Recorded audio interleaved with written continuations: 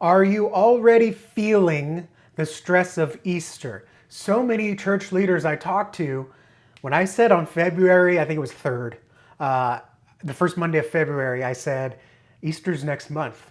And the amount of steam, the amount of lids I saw get blown.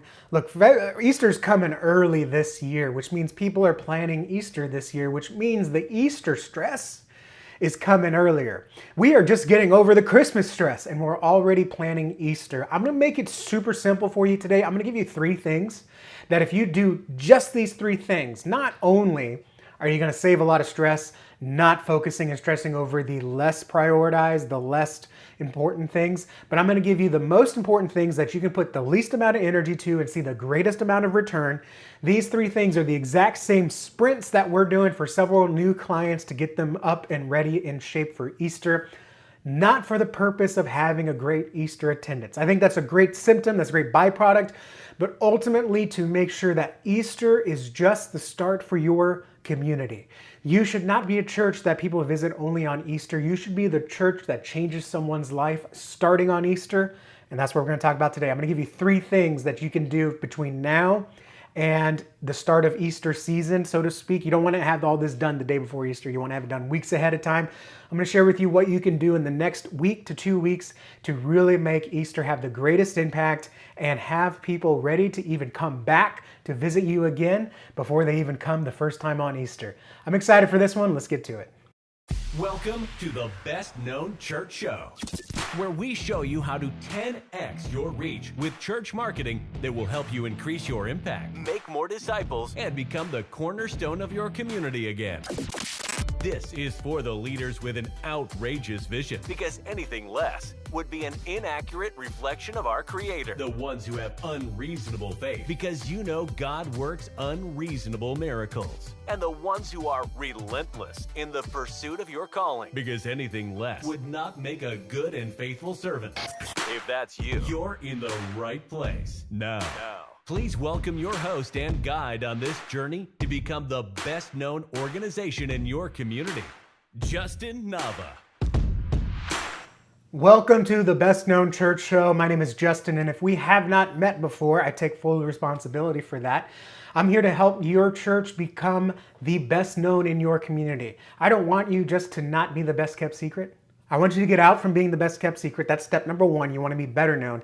But number 2, I want people to be aware of who you are and what you can do for the people in your community. See, church, as we're going to talk about today, the secret for churches becoming the mainstay of the community, for becoming the cornerstone, for becoming the gathering place, for becoming worth paying attention to in 2024. And I'm not saying this is a good thing. All right, I'm playing with the cards we've been dealt. And by the way, the church, we've relegated ourselves to the sideline. We've dealt ourselves this hand of cards, because we took a step back and said, I don't want to offend you. I'm here if you need me. And now, as we know, several churches are swinging the pendulum the other way to try to make culture happy, while others are just staying here and just happy being a coffin for the saints. And if you're watching this show, you're not on either side of the extreme spectrum. You want to make an impact. You want to increase the righteousness. You know that God has called you as a ministry leader to co-author his redemption story. And for some reason, he's chosen you and I to do that. So that's what the purpose of today is to take a look at what we need to do right now in 2024 to get ready for Easter to make an eternal impact. Look, church attendance is going down, which means the Easter bump is going down. And the Easter bump is essentially, the bump. If you look at your attendance as a graph, it's the bump and then the drop at Easter. Pastor of a church I grew up with said one Easter Sunday, and it always stuck with me. He said, welcome everyone. Thank you for coming for Easter. Today we're going to talk about the resurrection story. And I know I hear all the time, Pastor, why do you always preach the same thing every time I'm here? And that's because you're only here on Easter. Come a different day and I'll preach something different. There are many people who only go to church on Easter, call it habit, tradition, making mom or grandma happy, feeling good, checking a box, visiting family. And we're going to talk about how you can capitalize on that, not to steal attendance from other people or to have a larger bump to make you feel better. I'm talking about using this opportunity that's in front of us to take advantage of this opportunity and call people to do something beyond sit in a sanctuary for a couple hours, feel good, and go about your day and never think about church again. I'm going to share with you the three main things we're doing. I was looking at what to do today's show, and I noticed we signed on a lot of new clients in the last couple of weeks, and we're doing what we call Easter sprints. And I noticed a commonality among many of them. Most of our projects, we only do 3 things at a time because anything more than that is just overwhelming. I'm seeing a lot of consistency in the projects we're taking on and the projects we're doing that we're confident is going to help these churches take advantage of the season. Some are launching on Easter, some are revitalizing leading up to Easter, and we're just kind of hammering out the details with them. So I'm going to share with you the same thing. These are the same things, by the way, we're doing, okay? I said all that to say. What I'm sharing with you now is the same thing that we're doing for other churches who are paying clients. And I'm going to share with you what we're doing with them so you can know the exact things that you need to do to get ready for Easter. So let me start with number 1, and it is the most boring thing, okay? This is not, a lot of people, when they jump in the Bible, they want to look at Revelations, they want to look at the persecution and history and miracles of Acts, and you go to church and pastor's like, we're going to talk about Romans, and you're like, oh, this is so boring, but it's a great foundation to start with where I'm going to start here today, and that is your messaging. Now, when I talk about your messaging, a lot of pastors and church leaders will think tagline, slogan, catchphrase, even values, mission statement. These are not your core brand message. Your brand message is how you want to be known. It's the verbal statements of how you want to be known. Okay? And Easter is one of the exceptions where you may alter a little bit your brand messaging. So if you're a church that wants to be a church that makes disciples who makes disciples, if you just broadcast that out into the community, you're going to sound like a cult. You're going to sound like insiders. Nobody is waking up in the morning, dragging their feet out of bed, making that cup of coffee just to wake up to be made a disciple. No one's asking that. You're already de-relating yourself and separating yourself, making yourself not approachable because people aren't asking to be made disciples. Is it right? No. Is it wrong? Probably. But it is what it is, right? So we want to take that mission, those values that you have, and we want to filter it down, not change it, not even alter it, filter it into something that's understandable and communicatable to the people of your community that your church can serve. They cannot connect with you if they don't feel understood by you, okay? People don't go to church because they understand the church. They go to church because they feel understood by the church. And again, like I went on my rant a couple weeks ago, that is not to say that we bend the knee to culture. It's that we meet them where they are, okay? We show the tremendous love and understanding of what they've been through. And yes, we call them to repent. And we call them to live life in a faith community with us. But we need to speak in a way that they can understand and feel understood, okay? Jesus spoke in parables. We don't have to do that, okay? We want people to understand what we're saying. So a lot of misconceptions around Easter, especially when it comes to what you say about your church and how you promote your Easter service, the messaging we're going to get into, is that people already know what Easter is. Hey, it's come to church and have an Easter egg hunt, right? I'll ask people, hey, do you have any Easter plans? And they'll say, oh yeah, we go to First Baptist. They got a great Easter egg hunt. It's a lot of fun for the kids, right? Well, guess what? If your church only just assumes people know what Easter is, that's what they're going to think your church does. You're just a place that's open for a few hours on a Sunday, one Sunday a year, to have an Easter egg hunt with the kids, okay? If you assume they know what Easter is and why it's important, you're making very bold assumptions, okay? Think about the Charlie Brown Christmas story, right? There was the story of, was it Charles Schultz or maybe it was someone else talking to the TV station, and they were like, why do we want to share the Jesus story in this Christmas special? And Charles Schultz, I'll just say for right now, said, well, if we don't, who will, right? And over time, we've let things like Easter become a culturally worldly story instead of the redemption story that we know it is. So don't assume people know what Easter is and why it's important. Number 2, a lot of misconceptions churches make is they think that, and this is something I've been studying right now, so I'm still workshopping it in my head, but they think that getting someone to go to Easter is about convincing them to go to Easter. They think that, convincing them to come to our church this Easter. And what that does is if I assume you're going to church on Easter, I'm just going to give you information about our church. I'm going to give you knowledge about what we're doing, but there's no hint of what they can benefit, what they'll remember, what they'll value, what they'll experience. It's just what time and where do I go? Big, big mistake. You do not want to promote just information. People don't go to church because they don't know what time it is, right? No one's sitting around, I wish I knew which church to go to and what time to go. Nobody's sitting around saying that.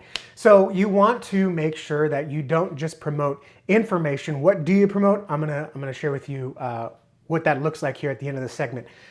The other mistake I see churches making is they really just promote. Oh, I just got super excited. I'm gonna go on a little tangent here. They just promote the consumerist side of the church Easter service. Am I saying you shouldn't have an Easter egg hunt? I'm not saying that. Am I saying you shouldn't have a nice Easter brunch? I'm not saying that. Am I saying you should have a sunrise service? Actually, I am saying don't have a sunrise service. There's only one type of person that goes to a sunrise service, and they're already saved and going to heaven. And if not, trust me, because I was that kid, they do not want to be at sunrise service. That's just me. I don't like sunrise service. You want to do sunrise service? That's fine. I'm to a fault the least judgmental person out here, but I hate sunrise services. It's just why? Oh, I hate sunrise services. Okay. So if you just promote what you're doing, you'll only be known for what you've done or what you're going to do. You're not known for the stories that have changed the lives through God. You don't have that but God knowledge. You're just the place that has the Easter egg hunt. All right? So if you just promote yourself as, hey, we're just another Easter egg hunt, guess what you sound like? You sound like the local community market that's also having an Easter egg hunt. You also sound like the school that's having a special Easter bunny photo opportunity, right? You're becoming an option and not the answer to what I want in my life. That just happens to be around Easter. So if you can get your messaging right, if you can position yourself in a way that you aren't just another Easter service, but you are the next logical and honestly emotional, I feel like I need something new, that you're the next step in someone's life, not only will you see a bump in Easter attendance, but you'll see that bump flatten out sooner after Easter because they connected with you first for Easter possibly, or maybe reconnected with you for Easter. But even ahead of time, you've given them something to look forward to, something to expect that's beyond a Sunday morning attendance, okay?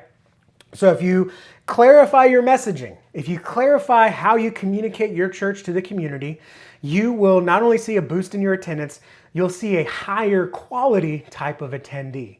Now, this is where a lot of pastors, will disagree, and I'm okay disagreeing, okay? There is an almost immeasurable, if it's measurable, I haven't been able to figure it out yet, but there is an immeasurable quality in the type of guest, and specifically we'll look at Easter guests, okay? You've got the guest that is just there to check your box, and no matter what you say, no matter what you do, they ain't coming back. But there's also a quality of guest that is searching for something more. They are seeking God in their own way. They know they need to reconnect. They know they need something for their family. They want more stability, more peace, more purpose for their family. They want their kids to be better than they ever were. And if they come to your church, they are intent on being changed. They don't know how yet. They don't know that change comes via discipleship, but they just know they want something different. I consider that kind of person a higher quality guest, meaning someone you're more likely to connect with, engage with, plug in, and actually get them to take a next step versus the one that's going there through the motions, okay? Am I saying you only chase after the higher quality guests? Absolutely not. Am I saying that you ignore the people that just come to church on Sunday, Easter? Absolutely not. That's my parents, okay? Don't ignore those people either. What I'm saying is when you clarify your messaging to not only include what you do, but why you do it, not only what to expect this Sunday, but what to expect within an encounter with Jesus Christ, your Creator, on a Sunday with us, you're naturally going to get people coming in, and they could even be planning just to be a one-timer. But when you communicate why and what to expect and the life change that's possible, they'll come in with a more open heart. And so let's talk about what you can do to really reach these people and get them ready to receive a word, not ready to go fetch eggs, not ready to go figure out what they're going to wear, get their Easter dress, not ready to figure out, okay, grandma's lunch is at 12, this church gets out at 11:30, so we got to hustle it out. We're going to leave. What do you call the Baptists that leave during the invitation? That was us sometimes. You have to understand how people live their lives and where Easter right now fits into their lives. And I'm going to give you a quick recap. Go back and watch episode 55 for a full in-depth recap of this. I'm just going to go through it really quick, okay? There is a triangle of people in your community. We call this the awareness triangle. And there are different levels of awareness of your church. The top level, which is about 3% of your community, are what we call church aware. Now, this number is approximate. It could be more if you're in the Bible Belt. It could be less if you're in an urban city, and people just don't think about that. They're surrounded by man-made objects. They're bombarded with man-made messages. Of course, they're not going to think about God, so they're not as church aware. These people are where most church marketing stops. Meaning, we know you're going to go to church. You just got to figure out which one to go to. Why not ours? Okay? If you do that, if you promote your Easter service, hey, we'd love to have you on Easter. We're going to have a fun Easter egg hunt, and we'll have the Easter bunny here. We'd love to see you Easter Sunday at 11 a.m. You're only going to resonate with 3% of your community, and I know the fact that you're watching this, you want to resonate with more. The next number we have is 17%, and this is what we call the spiritual aware. I'm just going to do quotes for aware. These people understand there's something wrong in their lives. There's something missing. There's something more. They used to be in church, but now they're not. But they still kind of believe in God. They're agnostic. They believe in some kind of creator. They might even think we're in a simulation. But they're aware that there is something greater than them. And quite possibly, the answers are greater than them. There's a higher power somewhere. Okay? So if you just tweak your church messaging from, hey, look at how great our church is, to, I know you're looking for something and Jesus is searching for you too, seeking you too, whatever your message is. Guess what? You've just 5 times, almost 6 times the number of people your message is going to resonate. Did that make sense?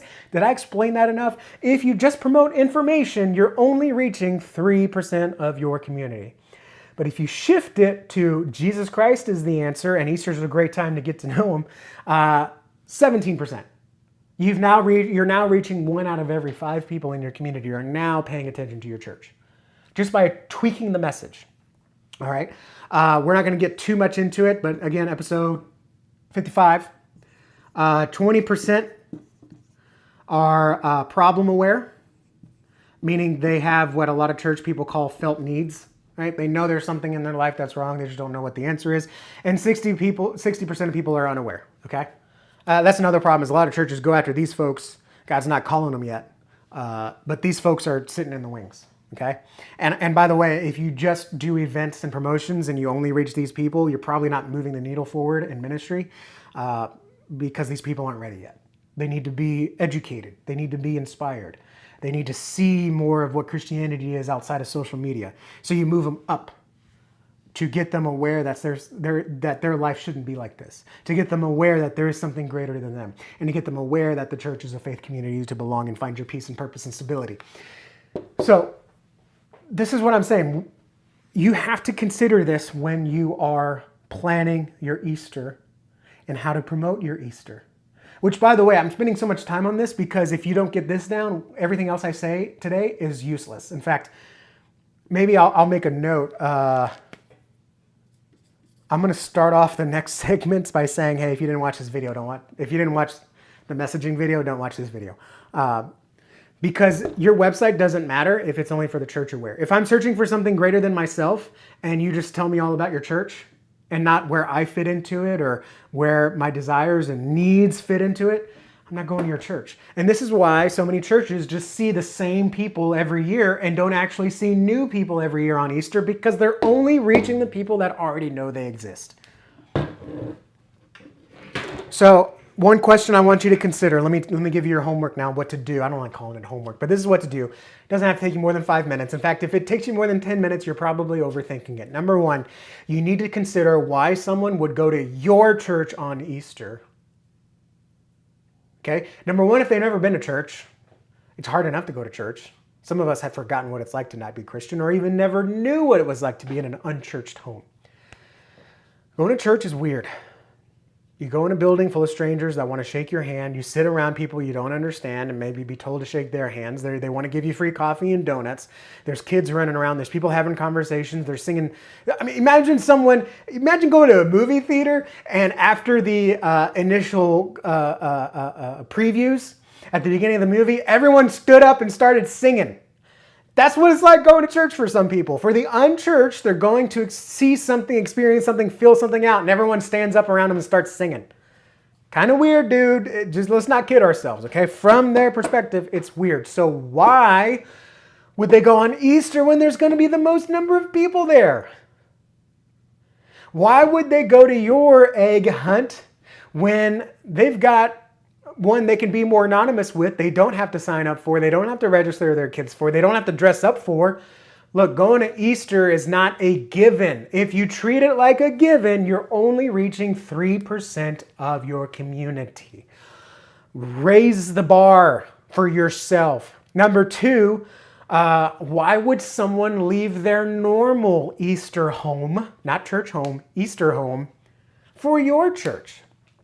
And I'm not saying the goal of Easter promotions is to steal people from other churches. I will tell you, though, that those people, there's a good chance they go to that church only on Easter because that church can only serve them on Easter. That church only has kids programs on Easter, or only does kids events on Easter, or only preaches good sermons on Easter, or only does good music on Easter. And the rest of the year, they're just very, God will move in spite of us. Worst mindset you can have as a church. We don't have to be perfect. We don't have to be excellent. God will move in spite of us. So why should they not go to their home church, the one that they've been going to for the last 18 years? And why should they go to your church instead? And the most important question to ask, okay? Because this is where you get out of the 3%, and this is where you get to the 17%. And by the way, on Easter, most problemware is just, what do I do with my kids? Okay. So you can reach those people with your Easter events. But the biggest way to get the spiritually aware, and that's why we talked about the higher quality of guest, is to speak about what is the result, experience, life-changing opportunity that awaits them at Easter. Now, I'm not saying your Easter promotion should be, hey, come to church so you can surrender your life to Christ and live abundantly, and we'd love to pray the prayer with you. No. But it's simply understanding where people are coming from. Look, the world is upside down right now, and logic is a rarity. But there's one thing we can count on, and that's community. And at our church, we want to have a good community on Easter, so we want to invite you. If you don't have a place to go, or maybe you want to try something new, check out our church. On Sunday morning, we'll have a breakfast. You're welcome to break bread with us. I wouldn't say break bread. And then we'll talk about our faith and look at what it looks like, why we celebrate Easter. We'll have some stuff for the kids, and talk about what they're the kids. And you see, so you're talking in a language that someone can understand that's outside the church. You're giving reasons of what people can expect. And by the way, you help them feel understood because, they may feel tired. I know I feel tired of some churches too, where I'm like, I don't know how to live in the world today, and you're just telling me you're just walking me through the minor prophets. Like, valuable teaching, very hard to put practically from me. So some people don't go to church because they just don't feel properly fed, and that's not always their fault. Boy, I'm stepping on a lot of toes today. Okay, so what can they experience as a result? 1, 2, 3 real quick is, number one, with your Easter invite, your messaging, your planning, what you do on your website and your social media. Start with where people are right now. Are you looking for a new place for Easter? Are you planning to go to church on Easter but want something for your kids as well? Hey, do you plan on being hungry on Easter morning? We got breakfast for you. Right? Or maybe your church. We got a church that meets on Saturday. We've got a church that meets on Wednesday nights. for their main gathering. It's like, hey, traveling for Easter? Great, you can go to church, have an Easter service, and it doesn't have to be on Sunday. Enjoy the time with your family, right? Meet them where they are. Don't just say, look at how great our church is and look at all the awesome things. Don't you want to be a part of us? You're just going to reach the 3% with that. But if you say life is hard, and I know during this time God's talking to a lot of people, and if you've been feeling that pull at your heart, this is it. This is the opportunity. We're going to talk about what it means to live in an upside down world. And it's not them, it's us that's upside down. So you start with that, then you tell them why they should care about your church, and then you tell them what they can expect as a result. What's the benefit of going to your church? On Easter Sunday, we're going to talk about why we were created, why Jesus died, why we celebrated all this. And at the end of it, you're going to have a better idea of how to lead your family into the rest of the year. Because summer's coming up, kids are going to be running wild, then you got back to school, and then it's holiday season all over again. Let's pause, reflect, and enjoy our family together. Doesn't it sound nice just to take a break for a second? Take a break with us, right? I'm literally just, whatever. It's not perfect, okay? But that's already better than, look at our helicopter egg drop. I'm not saying helicopter egg drops are bad, but if that's the only reason people are going to your church, they ain't coming back because you ain't doing that every Sunday. But if you can speak to their needs, their desires, their hurts, there's a good chance when they come to you, they're already thinking about coming back. All right? All right, these next ones won't be as long.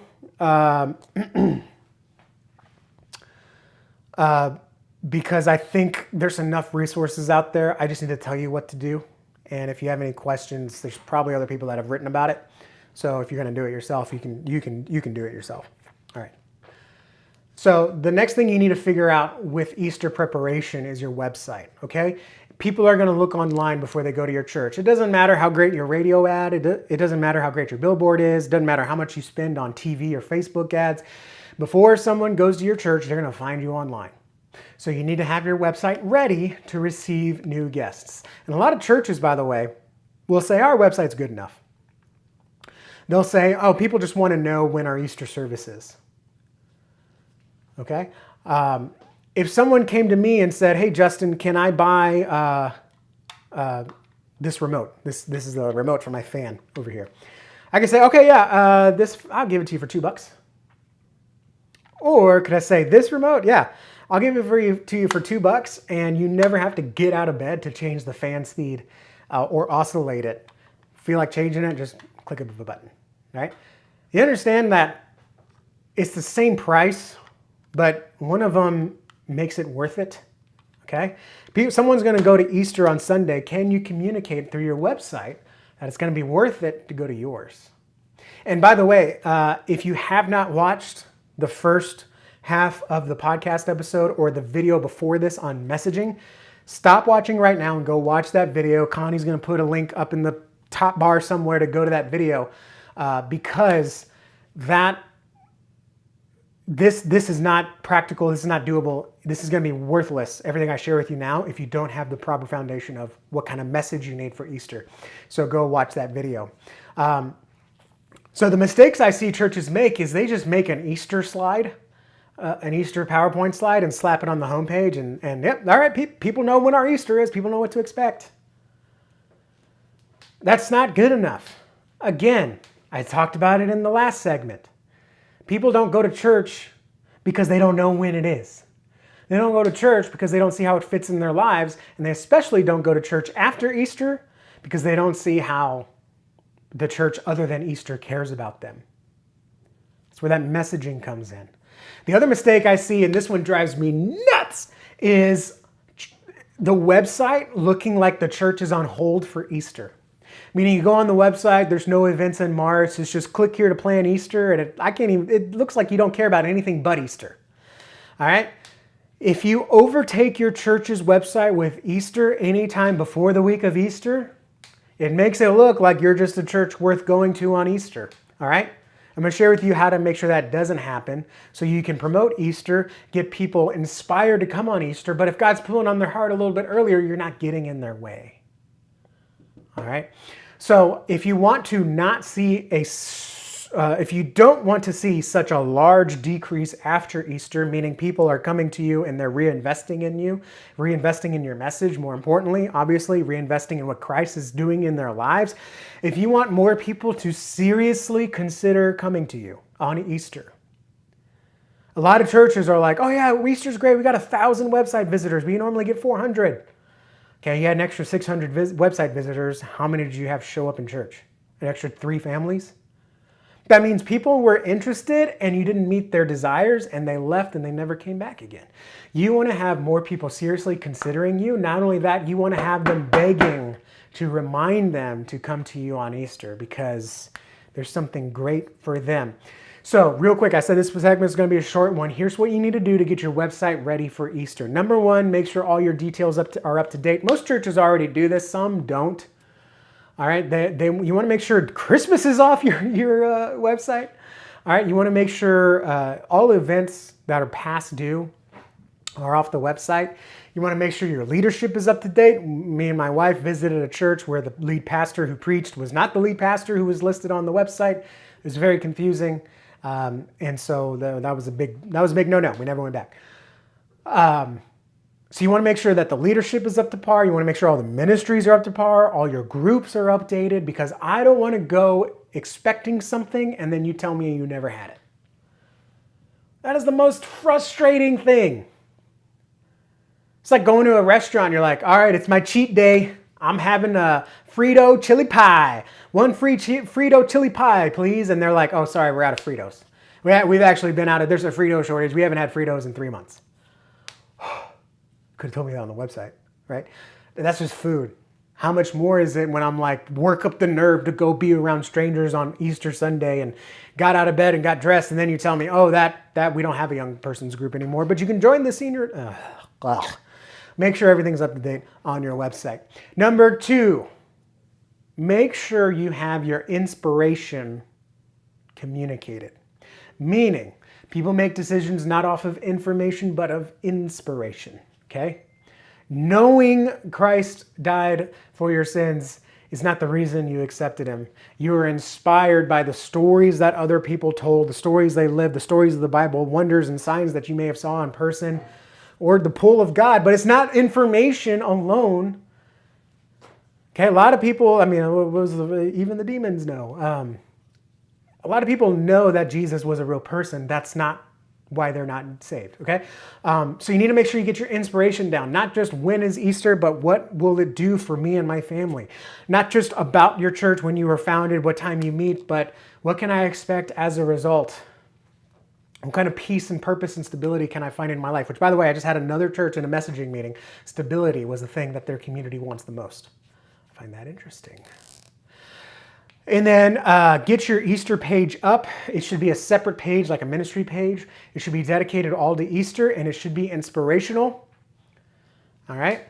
Shouldn't just be a list of, here's what we're doing. See you there. Here's what we're doing. Here's why we're doing it. Here's what you can expect. Here's a sample of our previous Easter. Here's some stuff we have ready for you. RSVP, all that good stuff. Okay? But don't overtake the site, meaning the website doesn't become an Easter website until the week of Easter. Before that, you're still inviting people. Before that, people are still checking out your church because they don't realize it's Easter in a couple weeks. So what I like to do is make a banner at the top of the website or a notification at the bottom. You can do that with ChurchCo. I like that. And it'll be like a little pop-up notification banner at the bottom. Like, hey, are you looking for a church this Easter? See why you should choose us, or here's what you can expect with us. And they'll click on that and they'll go to the Easter page. And then on that Easter page, did I already say this? You want to have an inspirational title. You want to have some information about what you're doing that morning, what to expect, and give them a way to RSVP and give them something for RSVPing, okay? If you got kids, let us know they're coming. We'll prepare a special Easter bag. And let us know, by the way, chocolate or no chocolate, peanut butter, no peanut butter. It just lets them know that, oh, they thought about us ahead of time. That's an option. You don't have to do that. But get their information because then you can follow up with them and remind them and talk to them and pray with them ahead of time. So the first time they're interacting with you is not in the parking lot. It's in prayer. It's in, oh, that's a cool story. Right? It's in another event that you invite them to ahead of time. Check up your website. Make sure it's good and ready for Easter. Make sure it's not all about Easter until it is Easter. And make sure it's inspiring. Show people what they can expect in their lives and what will improve as a result of encountering Jesus through your church. Again, it's not just about the church, it's about the eternity of it all. And the Easter service is just the start. All right, I told you that one wasn't going to be that long. So I want to lastly hit with where a lot of people start, and the reason why social advertising doesn't work for a lot of churches is because number one, they didn't get their messaging right. So if you have not already watched the messaging video, up above here is going to be a link to go and watch that. Go and watch that because this is useless without that information. And number two, they don't have their website up to date because if someone sees a social ad, I might check it out, but I might also just swipe up if I'm on a iPhone, swipe up. Let me go to Safari. What was that church's name? Okay. We don't want that. Okay. So you got to have your messaging right. You got to have your website right. Then you can run your advertising, your promotions for church. And a misconception a lot of pastors still make is traditional advertising works best. Let me translate that for you. When I hear traditional we still do traditional advertising because we think it works. What I hear is we still do traditional advertising because that's all we know how to do. All right. And we talk about social advertising, mostly, wild guess, 90% of the audience here, when I talk about social advertising, it's Meta, Facebook or Instagram. Very few churches are going to be equipped and ready and well enough to do okay on TikTok or Twitter.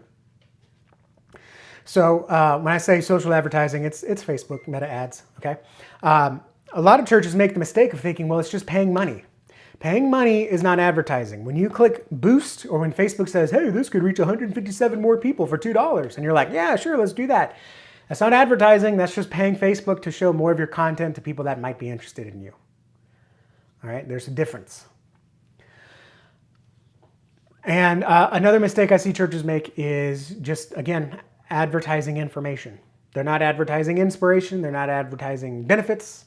They're not advertising results. They're not advertising outcome. They're not advertising experiences and stories and life change. They're just advertising time and location. All right. So your advertisements should be so inspiring, by the way, so encouraging that it doesn't even need the time and location. I'm not saying don't have that, but I'm saying it doesn't even need it because people are going to be like, I want to go to that. Tell me where to go. And they click through and find out where to go. All right. And again, a PowerPoint slide is not an advertisement, and it never should be. Another mistake I see churches making, and this is a little bit more advanced, this is something that we do for our clients, is not being creative with the targeting. Targeting meaning like you tell Meta, Facebook, hey, show this ad to people in this area. But what if you said, show this ad only to parents? Then you're only spending money to show your Easter hunt to parents who have kids who would want to go to Easter hunt. Okay, so you can get more creative. Okay, maybe I don't even know if there's a targeting option, but I would like to try people with mothers who are still living. Hey, take your mom to Easter. Come with us. We're gonna have a special gift for moms and grandmas. That's more of a Mother's Day thing, but I mean, it still work for Easter, right? And that again feels targeted to me. It feels relatable to me. And a lot of pastors will tell me, oh, that's gross, that's icky, I hate when stuff does that. Okay, great, you hate it, everyone else loves it. Okay? There's a lot of TikToks I've been seeing recently that people don't, there's the phrase, people love to buy but hate to be sold to. Wrong. People love to be sold to. You ever sit down and watch an infomercial and you're like, wow, that was pretty cool. I didn't know it could do that. I didn't know the air fryer could do that. I didn't know a knife could do that. Man, I wish I could cut. That's entertaining. You're being sold to. What people hate is being convinced. All right. And I'm like going through right now. I'm like, let's make sure, guys, we're not trying to convince people our church is better. We're just telling them about our church and being inspirational. And it's up to them whether or not they want to be sold that our church is the one to go to for eternal life change. All right. I'm not saying your church is the only church for someone, but it could be the best church for them. All right. So if you can do the ads the way I'm going to show you today or share with you today, it's an audio podcast. We do YouTube, but I mean, it's I'm not going to sit here and screen share. I am planning a screen share series. If you want to see that, comment down below. Do you want to see me share tips, tools, tactics, software, resources? I'd be interested to know. It'll just be me screen sharing. So when you do social advertising like I'm about to show you, you're going to save money because you're not showing Easter egg hunt advertisements to college kids. You're especially not showing ads to people that are in a different state. I can't tell you how many times I see that. But you can actually create connection ahead of time. Because the way I'm going to show you how to do advertisements, it's like an online connect card, but one that people will actually fill out. And you can use that information ahead of time to nurture them into seeing more inspiration about your church, more inspirational stories, more people like them, more of what you've done in the community. I wouldn't go into your history, but more into like things you do throughout the year. And build up some excitement, not just for Easter, but for your church and what your church could do in someone's life. So here's a breakdown of what you need to do for your Easter social ad. And by the way, when I share this, people are like, that's too easy. Which is like, it reminds me of sharing like the gospel story. And they're like, well, what do I have to do? All you have to do is repent, turn your life around, commit it to Christ, follow Christ, and that's it. But I'm sure some pastors left, that's not all you do, unsubscribe. But they're like, there has to be rules, there has to be regulations, there has to be something I have to sign, there has to be a covenant, right? I got to slice my hand open and give, no. Christ did all the hard stuff. All right? And it's a free gift. And so when I share my social media ad strategy for Easter, churches are like, this is way too simple. Yeah. Because the reason why advertising often doesn't work for churches is because you think it's supposed to be some complicated thing. It's actually pretty simple. Number one, and this is more of a best practice thing, it's not a requirement, because Facebook has allowed this to, if you just have a page, they've allowed you now to run ads with just the page, a proper ad. But number one thing I would do is make sure you open up a business manager Facebook account. It's free. It's not like opening up a bank account. You literally log in with your Facebook profile and you say, all right, this is our business. You can add other people to it to moderate and administrate it and monitor it. So if you ever leave, they're not calling you 2 years later, oh, we need access to the Facebook page. And you're not having to track down other people. Hey, I don't know who has access to this. Nah, multiple people have access, multiple people have permissions, and you can track what everyone's doing on anything, okay? So number one, get the Facebook Business Manager. Sign up for that, get it set up for your church. Just follow the prompts. All right, number two, look at the triangle. Again, if you didn't watch the video on messaging before this, go watch it because you don't know what this is. Are you going to be targeting the 3%? Meaning, do you want just people that are aware that they should go to church on Easter to go to your church on Easter? I'm not saying that's a bad thing. It's not what I would do, but if that's you, that's going to influence what you write for your ad. You're not going to talk about all the life change and things that Christ can do in them. You're just going to say, hey, we got a later service time. We've got more stuff for the kids, more eggs for the kids, and we've got better sermons. All right? I'm not saying that's good or bad or not. It's just what it is, okay? Do you want to reach more of the spiritual people, the people that may be considering Easter service? Well, your messaging is going to be unique to them. Are you going to reach people that have felt needs, who are lonely, isolated, confused, frustrated? Well, your messaging is going to be a little bit different. You're going to be focused more on the problem. And then number three, this is where a lot of people get it backwards, right? Some people are like, what image do we use? What copy do we use? None of that matters until you know who your ad is for, okay? So then, after you create your Facebook campaign, it asks you to create the ad set. That's basically the stuff about your ad. So choose your location, choose your demographic you want to show the ad to. All right, if you're having an Easter egg hunt, go to families. If you're not, go to kids, grandparents. I mean, you can do general location stuff. All right, and then when you get to the ad, I want you to be as specific as possible. List your city. Okay, everyone's saying, come to our church. But if you say, hey, Temple, Texas, right? Automatically, I feel like that ad's written for me. Okay. As far as a video, as far as the creative, don't do a PowerPoint slide. Don't do a random picture of your church.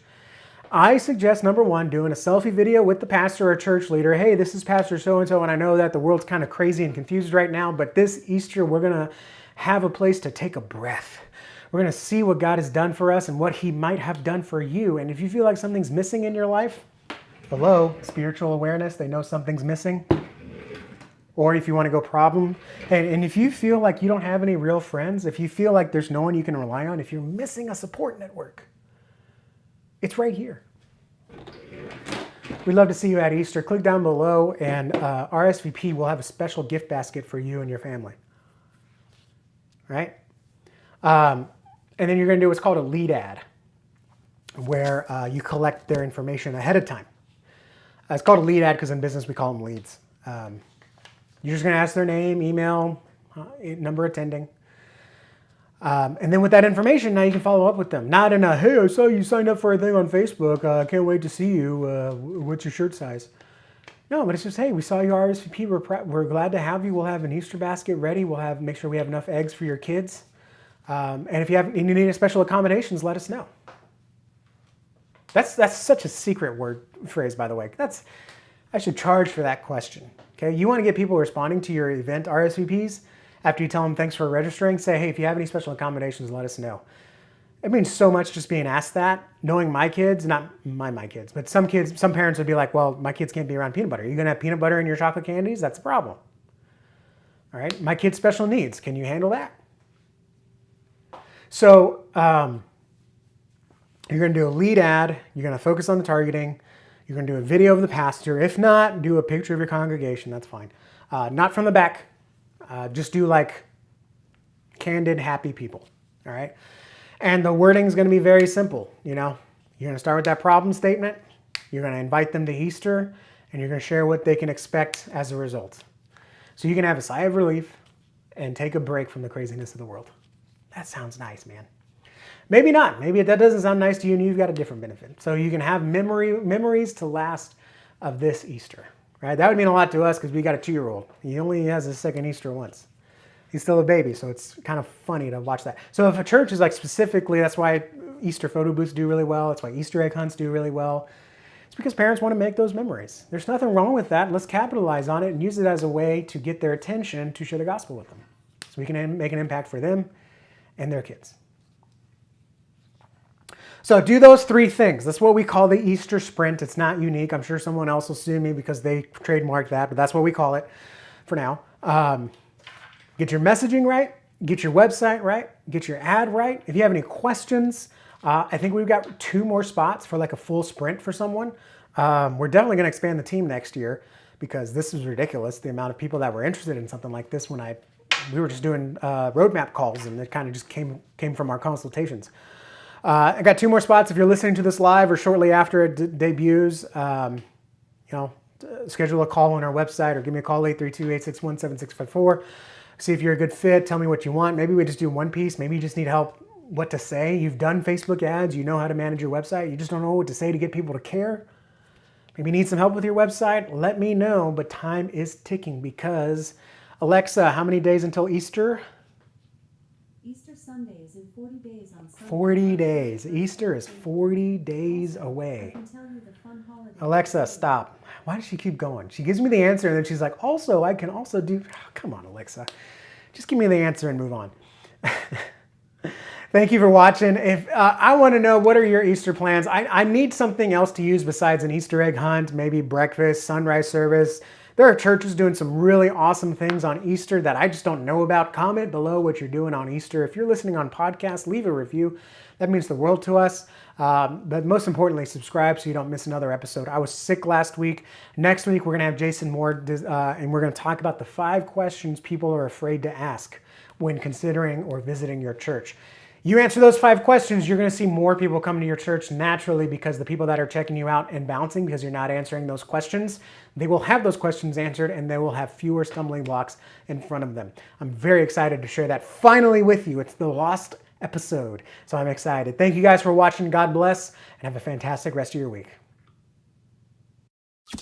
That's going to do it for today's episode. of the Best Known Church Show with Justin Nava. Be sure to subscribe to stay updated on the latest news, strategies, and resources that you need to reach 10x more people and become the best known in your community. To send us a message or leave a voicemail for Justin to be played on a future show. Visit thebestknownchurchshow.com. And if you'd like to work with us so you can focus on your ministry, give us a call at 832-861-7654. Until next time, stay outrageous, unreasonable, and relentless.